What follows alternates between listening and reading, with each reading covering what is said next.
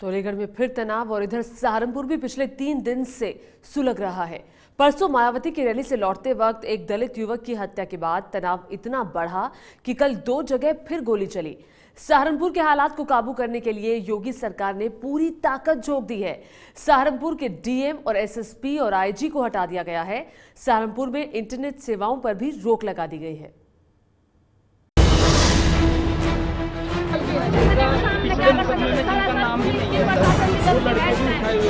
ये तस्वीरें सहारनपुर जिले के शबीरपुर गांव की हैं। जब यहां सूबे में गृह विभाग के सबसे बड़े अधिकारी यानी राज्य के गृह सचिव पहुंचे तो उन्हें लोगों ने घेर लिया और जमकर खरी खोटी सुनाई। हमारे घर देखो जाके दंगल देखो हमारे हम बुश कहां से खुआएंगे ना दंगल को ले जाओ।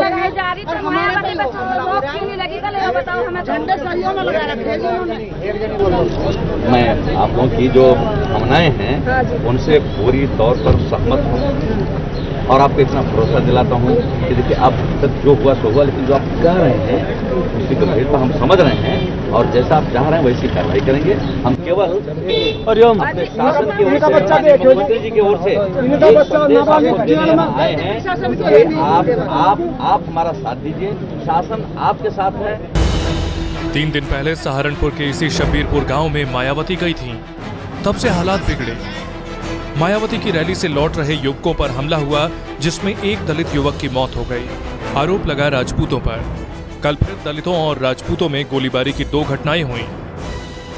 योगी सरकार ने हालात को संभालने के लिए पूरे महकमे को सहारनपुर में उतार दिया है। गृह सचिव एमपी मिश्रा और ADG law and order Aditya Mishra Saharanpur में कैंप कर रहे हैं। प्रशासन का दावा है कि अब धीरे धीरे हालात सामान्य हो रहे हैं। सामान्य है, स्थिति शांत है, स्थिति नियंत्रण में है और बहुत जल्दी जो है ये पूर्णतः नियंत्रण में हो जाएगी और ठीक हो जाएगी, सामान्य हो जाएगी। कब तक स्थिति नियंत्रण में आ जाएगी? कितना टाइम? 24-48 घंटे से अधिक नहीं लगेगा, सब सामान्य हो जाएगा। मेरा इतना विश्वास है, दृढ़ विश्वास है, पूरी दृढ़ता के साथ मैं कह रहा हूँ।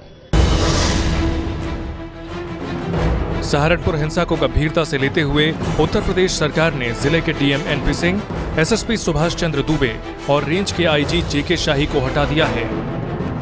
सहारनपुर के हालात को लेकर सीएम योगी अफसरों से बेहद नाराज बताए जा रहे हैं। तो योगी सरकार के कैबिनेट मंत्री राजेंद्र प्रताप सिंह उर्फ मोती सिंह को इसमें राजनीतिक साजिश लग रही है। तो रविदास जयंती पर मायावती की विफलता का परिणाम है। उन्होंने उसे प्रवोक किया, उन्होंने प्रेरित किया, उन्होंने प्रोत्साहित किया, उनके लोगों ने किया और सरकार को बदनाम करने की दिशा में कार्रवाई। सहारनपुर की हिंसा यूपी के रास्ते देश में नई दलित राजनीति की चिंगारी है। क्या सहारनपुर की हिंसा दलितों और सवर्णों के बीच वर्चस्व की लड़ाई है या फिर दलितों को कठपुतली बनाकर लड़ाया जा रहा है और उनकी डोर नेताओं के हाथ में? सहारनपुर में दलितों और राजपूतों के बीच 5 मई से चल रहा संघर्ष योगी सरकार के लिए चिंता की बड़ी वजह बनता जा रहा है। वहीं सहारनपुर की घटनाओं को लेकर जमकर राजनीति भी हो रही है कि कुछ व्यक्ति द्वारा जातीय तनाव को बढ़ावा दिया जाए, राजनीतिक कारणों से आप कह सकते हैं। बसपा अध्यक्ष मायावती जी ने भी यही किया। उन्होंने कहीं न कहीं अपनी राजनीति के लिए समाज को जातिवादी आग में झोंकने का प्रयास बहुत से लोगों द्वारा चल रहा है। सहारनपुर में जो हो रहा है वो बहुत ही दुखद है। बीजेपी की समाज को बांटने की जो रणनीति रही है उससे जो उसको पॉलिटिकल लाभ होता रहा है, उसी के ये दुष्परिणाम हैं जो सामने आ रहे हैं। चाहेंगे कि हमारी पार्टी की नेता बहन सुश्री मायावती जी ने अभी फिर हम लोगों से कहा कि आपके बीच में भी आकर के हम अपनी ये बात रखें कि सर्व समाज के लोगों से अपील बहुजन समाज पार्टी की तरफ से हम लोग कर रहे हैं कि आप सौहार्द बनाएं और सौहार्द बना करके भाईचारा बनाते हुए आपस में इस मामले को खत्म करके किसी भी तरह से इसको आगे बढ़ना न दें और आगे भाईचारा बनाएं। और फिर से अपील कर रहे हैं हम लोग माननीय मुख्यमंत्री से मिलकर के भी किया है कि जिन लोगों ने इसको भड़काने का काम किया है उनके खिलाफ सख्त कार्रवाई। बीएसपी का प्रतिनिधिमंडल कल रात फिर सीएम से मिला और लोगों को सुरक्षा देने की मांग की।